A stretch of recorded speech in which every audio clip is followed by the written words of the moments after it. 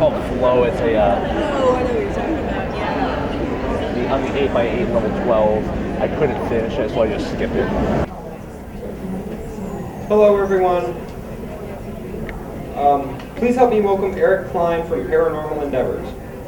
With the advent of numerous media presentations on ghost hunting investigations, and a great deal of emphasis has been placed around the scientific aspect of this field, Eric and his team have taken a broadened approach by considering the spiritual side of investigation process as well. The group specializes in scientific research, but is also interested in the spiritual connection with those who have passed. Eric and other team members, including my mother, each use their own special abilities if requested or needed for the case that they are researching. Eric will be sharing some of the cases profiles with you today in his seminar, and then please visit his booth later. Please help me welcome Eric.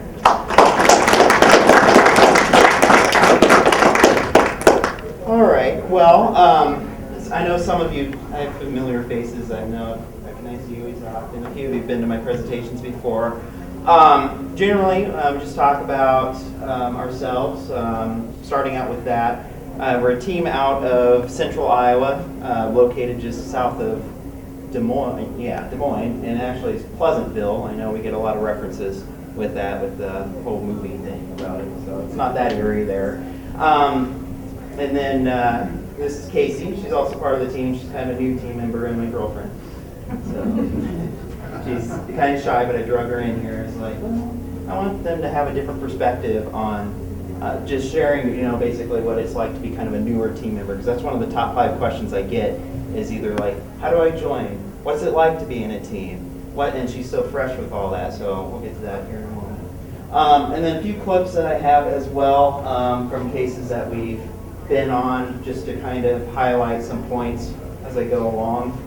And then I'll kind of introduce this guy as well, because we get a lot of questions about him. So, all right, well, I'll start off just a little bit more about the team. 2010, I founded it. I was part of probably about, let's say, 3 other teams or so. The first one kind of came off more of like ghost adventures, that kind of thing. And I was like, I don't fit well in this. Very kind of narrow-minded. And then the next team I've worked with, they were great, but there's only so much development I could have and growth, and I felt it was time to move on. And then I had started Endeavors in 2010, and so far, I mean, we're still growing. Each of our cases has been documented in the DVDs that we have, and it shows you, especially in Chapter 1, kind of the pain and the struggles of starting a team. It is like running a business. There's stress involved, a lot of time commitment with it. There's some days where it's just like you just want to give up, but there's still a calling, I felt, to keep on going, because there's so much misinformation out there and so many teams that are just thinking, because they see a lot of the more recent stuff, mass media, the pop culture of this field, which didn't really even exist as much in 2005 when I first kind of joined the team, 2005-06. And so I know there's not a whole lot we can do to change it as a whole, but if we work together, I think, in network, which paranormal community and unity should be about, I know that we can at least try to steer it in the right direction and let people know that these are consequences of doing this or doing that, and knowing that this is serious. This isn't something to just, I'm going to get a Ouija board out and just start messing with it. There's consequences, and there can be things, especially if you're wanting activity to happen. It could happen, but it might happen to you when you're not ready. It could follow you home and happen, so things like that, and it's really important. I'm really an advocate on that. So, Casey, I'll kind of let you talk a little bit as I kind of get these ready. Share a little bit about how you got into this and being a newly fresh face. All right, so I started out, noticing spirits, ghosts when I was very little. It's just something that's always been there. My mom notices them too, so it wasn't something abnormal in my household, but I didn't really pay attention to it. I was actually one of those kids that were terrified of the dark and loved watching ghost shows, but hated watching ghost shows because I would scare myself into it. But I actually found Eric. He was doing a documentary at the time called Metaphysical, kind of about the stipulations of the paranormal field. And that's kind of how I met him. One of my friends was interviewed for it, and from there we started a spiritual kind of training that I started with him.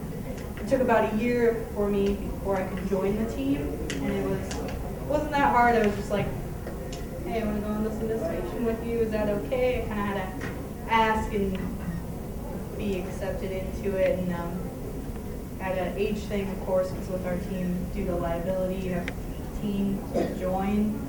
That way you're not getting into any trouble. We're not getting into any trouble. That's a question I get too. A lot of younger people be like, can I join your team? And they're like 16, 17. Some of them are like 14 or 15. I'm like, sorry, not with us. There's just, that's not what we do. And a lot of commercial places won't let you in there to do an investigation if you're under the age of 18 as well. Again, it's a liability issue.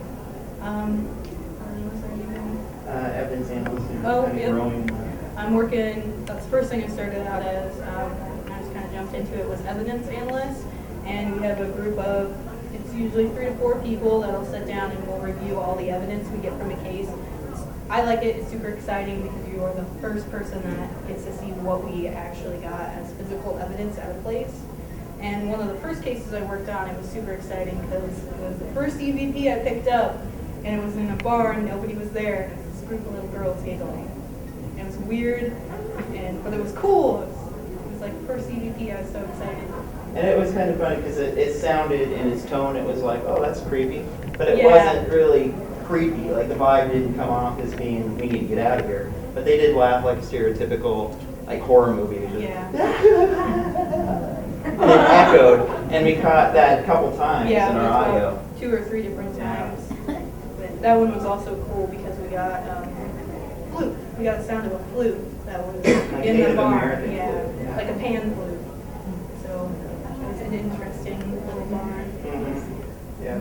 And the thing with that is it's kind of interesting. The house, they have their hot spots that they told us about and whatnot, but they didn't really like the barn. They didn't go back in that area very often, which is common as we find out that a lot of times spirit energies will hang out in the place that you don't really go very often. Whether it be negative or positive, Yeah. they kind of like their own little area, Attics, crawl spaces, basements. rooms you don't go into. Now I'm going to show you some clips here. I know that there's been so much negativity focus, especially in the more recent things on there, like demon this, demon that. It's been glorified and it's unhealthy. So I'm trying to bring a balance here to show people. These are some clips that we found in our that are taken from our documentaries to show you that there is positive, that there is things, there is, whether it be angels or whatever you're going to call them, there is a positive to it, and there's just so much focus on the negative, which is really too bad that it's kind of steered itself in that direction. So, first thing, that still gives me chills to this day, and that was back in like 2011. And we've had several cases like that too, with people tell us their near-death experiences. And across the board, there are parallels that just, they're connected. So much so, I don't think you can ignore it. I know there's some science going on right now to try to debunk it as like chemical reactions during, your passing, so to speak. But I think there's more to it than that. It just doesn't fit to me, and that's just my view on it. But because there's actually another one here I'll show you, and this one happened. It's sensitive to the fact because we actually lost this investigator. She had passed away June. Yeah, June of this last year. Pancreatic cancer. But this was captured 4 years or so before her passing, and she had a near-death experience when she was younger, and she's just talking about it at this time. I'll play this. So, without a doubt, we know she's home. Sorry. Anyway, I made a judgment call on that one because I didn't want to show it, but I felt the message in there was more important, so I just was like, suck it up here. So I wanted to show that one and just kind of help push that message that there is positive out there as well. And this negative crap honestly, it needs to end. Flat out, to be blunt, it just needs to stop. There's too much focus on demon this, demon that, and it's moments like these that we capture show in our documentaries, either they're not good enough for the producers or whatever, it's not entertaining, I don't know. But there's not as much of that being shown or that focus is ignored. So, and I'll kind of save any questions for the end. I'll try to save enough time because I always kind of try to run over a little bit and try not to. Crossover. Let's see. All right, so switching over from kind of those sensitive ones, we also do provide cleansings, and it's not 100% of a fix. It's a case-by-case basis.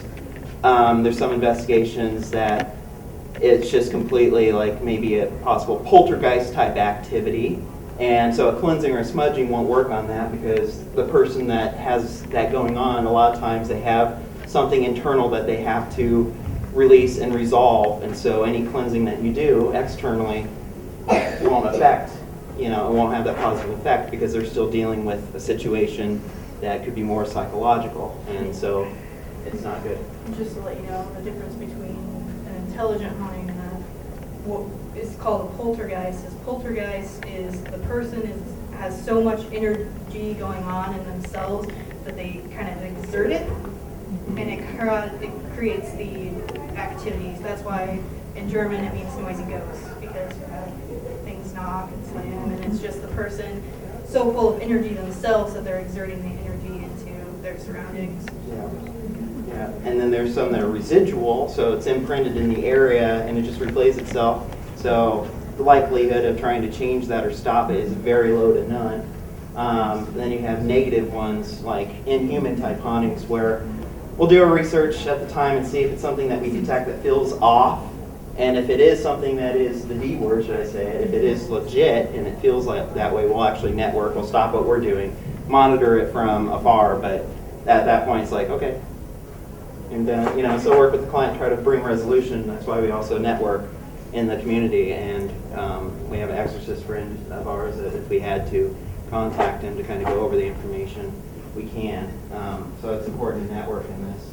And so I was going to show some things here. Here's a what we deem to be kind of a crossover, and it was not planned that way, and that's how these things go. You can go in there, and it's not something that you'd expect to happen, but yeah. I don't know if you were doing questions afterwards or if It's brief, yeah. But what I wonder is that these ghosts and people that are here, why don't they just I think that more people need to work with trying to get them to move on to where they should be. And I don't think you hear is where they should be, but as long as there's no guilt, they're not doing any harm. But it seems like that would be the sensible thing to do is they're here for a reason, and can all of them be, No, that's fine. And it would be nice to help anyone that we come across to where a spirit does want to go. A lot of times it's not by choice. We've got EVPs, even from the other side, that say they won't let me out. It's like, what does that mean? Who's they, and why won't they let you out? So there's some that are here because they have to be, or something or another force is keeping them here. And there's some that are attached because they have a message to give to somebody. And that's why we have some sensitives and gifted people on our team, like Kelly, that can do that more so, that can bring messages from that we might overlook or miss, and then they can move on after that unfinished business kind of thing. Right. And like the clip we're going to show, if I do recall correctly, there was multiple spirits in the home, and there was one dominant one that didn't really want them to speak. So it was a spirit itself kind of keeping the less dominant ones quiet. Yeah, and I talked to someone about the ghost box earlier. I don't know. Are you in here?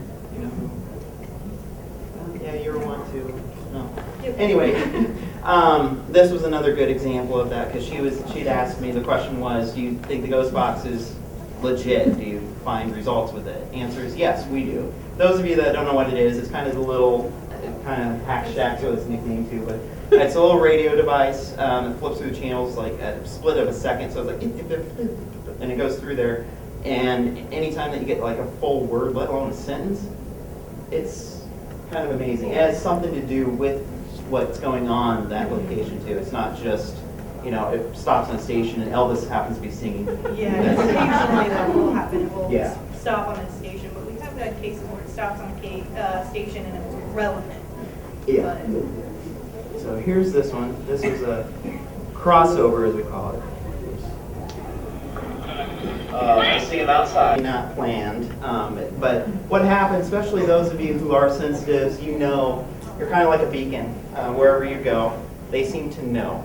My theory on that is because our auras or the light source around us, it's a particular, whether it's brighter or it's a particular color or whatever it is, they seem to hone in on you because they know that. And so it's like going to a place, like there's probably someone in here at any point where you're just sitting there alone, you have like people next to you, they're not saying a word, but then you're like, did you say my name? You know, because they sense that you're there, or they know that you're there and that you can possibly communicate. And some of them are just ornery and they just do it to drive you nuts, or try to. And it's just like, okay, shush.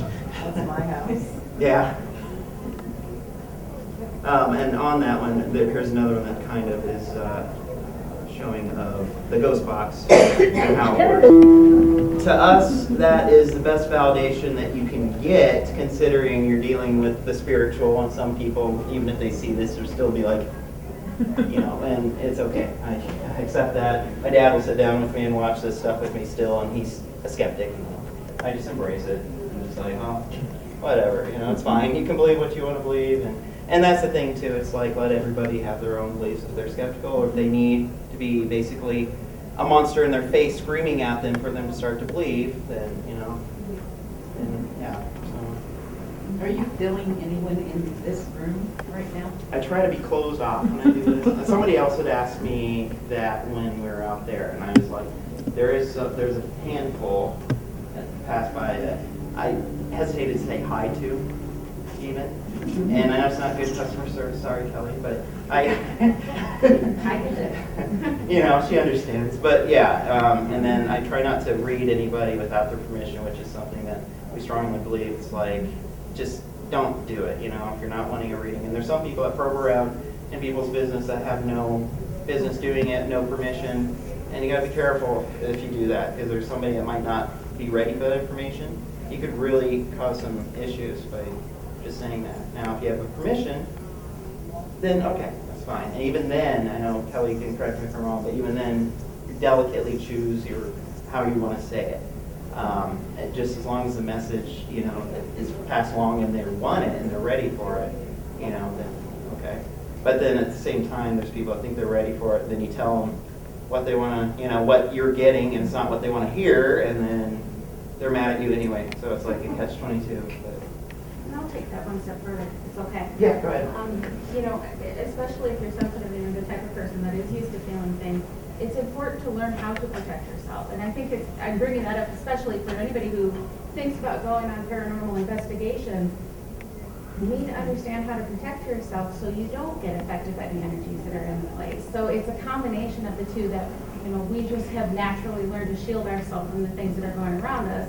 And then it's the respect side of it too, that I don't want you digging in my drawers, I ain't gonna go digging in yours. So, you know. Yeah, exactly. And on that note, actually, there's a real quick one. This was actually at a public event that we had. I know you guys know which one I'm talking about. Where we went to, and a guest who wasn't part of anyone's team or anything, she just happened to be there, but she was open, so she was an open vessel. And it's just kind of like in the animal kingdom, they go for the weakest link. Well, she had vulnerabilities, and so something had overcome her, some form of oppression, not possession, two different things. I want to make sure, because those are mixed, they're kind of mixed up by some people. They're like, I was possessed. No, you just felt someone's empathic, you just felt the feeling that they felt. You walk into a room, someone might have died of a heart attack in there. You walk in the room, suddenly you're like, oh, I'm possessed. You know, that's not, no, sorry. Here's a random clip. Yeah, that's just an example there. So any place that you go to with the protection thing that she'd indicated, ground yourself, definitely be protected on that. That team had never encountered anything like that before. It was just fortunate that I was there and that Jackie was there. She'd left just before it had happened, so it was just me with my bag of tricks, as I call it, which is a nice segue to get into. I take this on every investigation. It's kind of the spiritual first aid kit, so to speak, which we take the health one with us too, because that's important, because if you go around, you know, and you get a boo-boo, but this is for when you get a spiritual boo-boo. And I've had to use this on public events, on people that are there. I've had to use it on other investigators sometimes if they become overwhelmed, things like that. And a few examples of some things that are in here. We have these wonderful things, and I love them. I use them in meditate as well. Reiki charged candles, and they make a variety of them. And I haven't really walked around too much here, but I'm sure you'll probably find some somewhere on one of the vendors. They have them for different meanings. This one is Astral Journey, so it's good for meditation. It's frankincense, rosemary, cypress, things like that in there, which are all wonderful. Love them. Then we have this big guy. It's a Oh, I know he's in there somewhere. Hermione in her bag. Yeah. Like my mom with her purse. It's like she carries everything in there. She can't find a check. This one, I love this one, throat chakra, and it has says ideal for use in meditation, chakra rebalancing, relaxing to music, or sitting in your sacred space. And we're actually trying to create. We moved in a new house this last fall, trying to create a sacred space. That's why I've got lavender, and we're going to plant it here soon, and just try to make a peaceful place that you can go to meditate, because that helps some people out when you don't know exactly how to meditate. It's the stopping the mind to be able to focus. That's the biggest problem I've heard with people trying to figure out how to meditate. Yeah, they suggest that, and you know, if you are going to meditate, you have that one space that is quiet. I mean, like, not just like outside noises, but spiritually quiet. You don't. It's not your sleeping area. It's not where you work out. Like the energies are just This one will actually pass around. quiet. You guys just take a whiff. Yeah, it's not.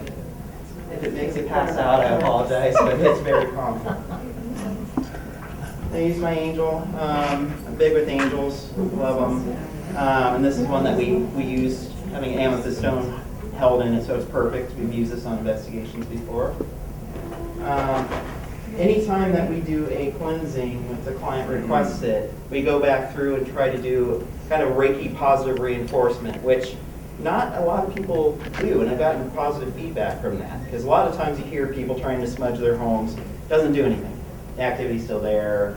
But I took that and I thought about it. I was like, well, first of all, are they opening the doors and the cupboards and the windows and everything to flush it out? Because if you're just chasing a rabid cat, so to speak, I use a weird analogy, but if you're just chasing, a mad cat through the house, they're just going to stay in the house. They're just running, move from room to room, But if you open the door, what happens? Chasing them around. And that's actually the way that you're traditionally supposed to do it. So all the windows open, all the doors open, including cupboard doors, closet doors, dresser drawers, silverware doors in the kitchen. Everything is supposed to be open, because if there is a space to hide, they will find it. And that's the idea of it. Then we'll go back through with Reiki candles, and then also sometimes I'll use this angel heart Reiki spray that will go around in each room. Sometimes we'll say prayers, depending on, we don't want to step on anyone's belief system, so it's up to the client. We figure that out real quick. If they're wanting a cleansing, we ask, okay, so what's your belief system on this? The method that we use, would that be okay with you? Are you comfortable with that kind of thing? What else is in there? I'll grab some. Ooh, yes. This is an awesome thing I found. It's one of those things that maybe you guys don't understand what I'm saying. When you see something and you don't know exactly why you got to have it, but it ends up at home with you anyway. I found this thing. It was at a local metaphysical store that I went to, and it had been there for, I would say, over a year, just on the shelf. It seems like nobody wants it, but it's always had my eye. I'm like, well, I don't have the money with me maybe next time. And that became, I don't have money with me this time either. Maybe the next time. And it had been there for throughout the whole year, and then I finally, when I was ready to get it, and I got it and it was still there. It's just one of those weird things, and it's worked perfectly. And then, yeah, we have stones and crystals that we use as well, which you can also use for meditation purposes. Here's some lavender, which is good for headaches too. I've used it for that. This is one of my favorite kind of stones, amethyst stone. This is one that we got. Yeah. And that's pretty much it. I'll just kind of sum it up real quick. But that's just an example of some things that we carry in this thing. And then spirit interceptor real quick. We use this to go into crawl spaces, places where you might not want to send a person, and we can watch it remotely through this guy. And it records footage so we can drive it around in another room. And we've gotten some results off of that too. Some curious energies as well with that, because if you think about it, commercialized places especially where it's 50,000 people going in asking the same questions or similar questions, the ghost might be pooped out. So with this, we bring it in there and they actually have a curiosity because they might have never seen it before. So it's just thinking outside the box. All right, now questions. Don't laugh. This is a family of 4, and 3 people see the residual walk from the kitchen to the bathroom. This is a remodeled house. The same time every night? Not at the same time every night, but they see the same shadow. But the 4th person, the shadow turns and says hi. Now tell me, residual or not residual? It's more of intelligent because it wouldn't just say hi to the 4th person and not everyone else. So Okay. with that, it sounds like it's maybe a routine. Okay. Maybe a spiritual routine, because we've had that before where even at your dad's house I investigated. It was an older woman who kind of went to bed, maybe, it kind of reminded me of someone who just goes to bed right before the 10 o'clock news. But they're early bird, they get up at 5:30. Yeah, and it probably happens off and on, and they just don't see it all the time. And that's the other thing too. Maybe she does say hi to everyone, and The 4th one is a Open teenage to it. girl. So Yep. possibly, okay. so it'd be either of those. Yeah, but definitely it doesn't seem residual unless you Seems can. more intelligent, yet she only, well, It says other things too, you know. it never Yeah, I was gonna says say, unless anything. the phrase is always just high, then it's potentially a residual saying. Mhm. But Okay. if there's more to it, or it's not the same, at the same point in the pattern, then yeah, I mean, that's kind of an iffy. Okay. It'd be one definitely to follow up, investigate, see what we can. And it's never ever, no one's afraid of that, so, Yeah. And the house dates back to the current victim. yeah, from the area, the house takes that kind of that. You know, spirits don't have to be scary. That's one of the, I mean, because I grew up in a haunted house too, you know, I mean, they're not scary. They're just people too. They just lost their shell. So it's not necessarily something to be scared of. As I was telling someone who walked by the booth earlier, it's like, most of the people that get into this, I mean, it is boring. For the most part, it is boring. There are some really long, boring nights. Yes, and then you have a really long, boring drive home. So, yeah, so it's not like, you know, like they do in Hollywood. And that was my biggest point of this, that I hope, you know, is a takeaway. But anything else? No? Okay. Is it, I know you said we're both people that go through what you recorded and all this afterwards. That's my bad part. I absolutely detest sitting there reliving what I did. Yeah, Is it better to have a whole different set of ears and eyes? sometimes. I don't know, especially being there, but also watching it. I know I'll watch some clips and be like, Eric, I think there was something, but I sat here for an hour and a half. I don't know. Will you please watch this clip over again?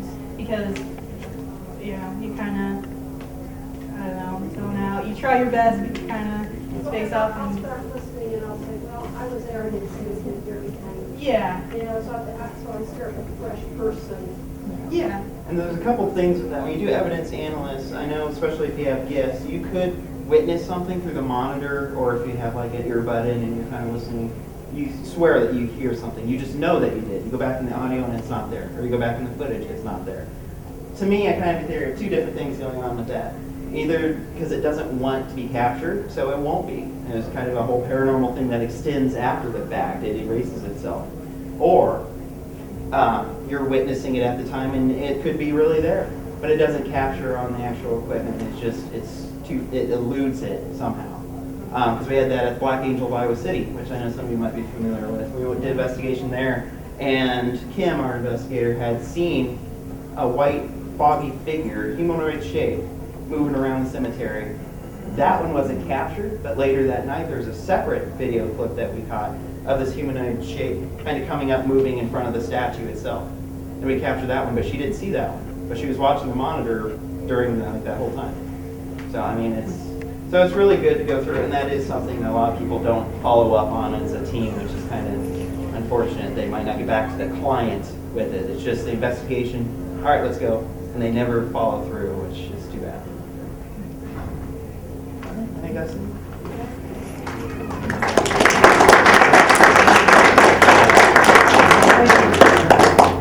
Hi. As Eric was doing his presentation, one of the investigators that is no longer with us, he was talking about her, and as he's talking about her, I see a bright orb flashing across Eric's head. It went down one side and zigzagged up the other side. And then it disappeared. And then a little bit later in the presentation, again, this investigator's name was mentioned regarding an investigation, and I saw a bright round orb above Eric's head. And then right after that, it took on like the shape of a shadow behind his shoulder, and then everything was gone. During that time, I got major goosebumps on me. I was sitting in the front row, not too far from where Eric was standing. And so 3 different times, something was over Eric, all at the same time during the discussion of this investigator. That was it. So I just went and did my first presentation with Eric. It went really well. We were talking about an investigator. Thank you. Yep, we were talking about an investigator, and you could tell she was there. I could tell if she was there, because anytime we talk about her, she's there, and I had to say bye, because courteous. I knew she was there.